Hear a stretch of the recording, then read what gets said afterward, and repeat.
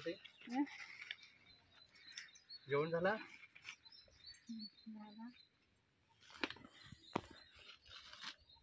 काय आहे बाई? हा कसं आहे आता बटाट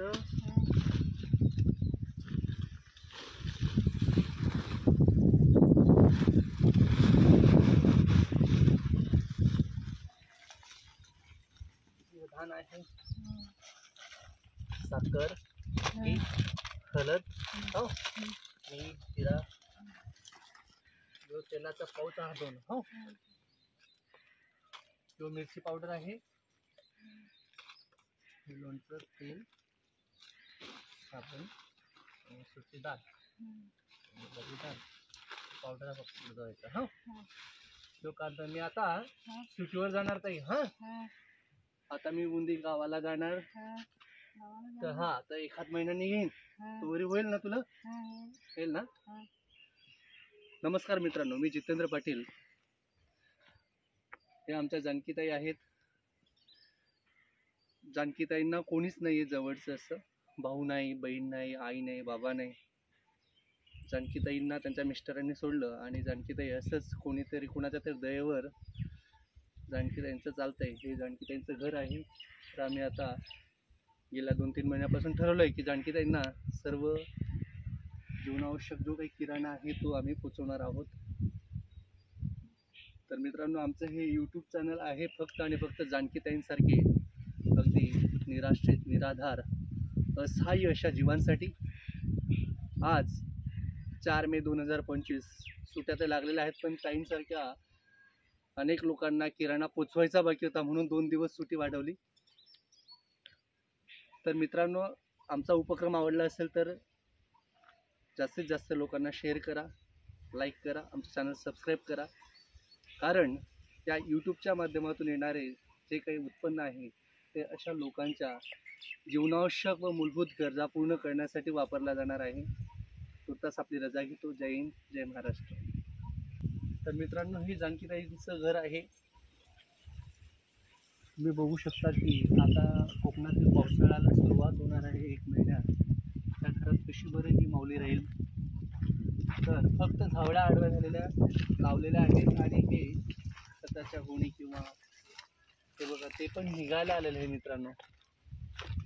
तर माझा प्रयत्न असा आहे की या पावसाळ्याच्या आधी ताईंना एक सुरक्षित असा निवारा करून द्यायचा आहे. आणि भगवंताला प्रार्थना करेल की मला यूट्यूबमधून जास्तीत जास्त रेव्हेन्यू मिळो. नाही मिळाला तरी जानकीताईंचं घर मी करून देणार आहे. आता नुकतंच माझं चॅनल मॉनिटाईज झालेलं आहे. तर मित्रांनो, हे जानकीताईंचं घर तुम्ही आतून बघू शकतात. ही 2 मिठांची चूल, ही एक पातेली, एक ताट, ही बॉटल आणि ही दुसरी पातेली आणि हे चमचे. मित्रांनो, अगदी 7 बाय 7चं हे खोपटं हे जंगलातले सुक्याला काड्या तोडून आणलेले आहेत. हा तिचा आशियाना. तर मित्रांनो, अशाही अवस्थेत लोक आयुष्य जगत असतात. एवढे असहाय्य जीव की ज्यांच्याकडे कोणाचंच लक्ष नाही. बरेच जण म्हणतात की लाडकी बहीण योजना किंवा सरकारी योजनांचा लाभ मिळवून द्या वगैरे, पण ताईकडे आज एकही कागदपत्र नाही. तिचा स्वतःचा आधार कार्ड नाही, पॅन कार्ड नाही, तिच्याकडे रेशन कार्ड सुद्धा नाही आहे. तर सरकारी योजनांसाठी कागदपत्र लागतात. तर अशा टेक्निकली अडचणींमुळे या लोकांना अगदी दुसऱ्यांच्या दये वाचूनच जीवन जगावं लागणार आहे. आणि मी सर्वही लोकांना अगदी हात जोडून विनंती करेल की या आमच्या उपक्रमाला सपोर्ट करा, सहकार्य करा. आमचा एकमेव प्युअर आणि शुद्ध हेतू हाच आहे की अशा जास्तीत जास्त लोकांपर्यंत पोचावं की ज्यांना कुठूनही आसरा नाही, कुठूनही त्यांना आशेचा किरण नाही आहे. ॲक्सिडेंटली त्यांची मला ओळख झाली, ती मी मागच्या व्हिडिओमध्ये सांगितलेलंच आहे. तर नाव आहे ताईंचं जानकी. आणि प्रत्यक्षात देखील जानकी माता म्हणजे सीता मातेसारखा वनवास त्यांचा आयुष्यात आलेला आहे.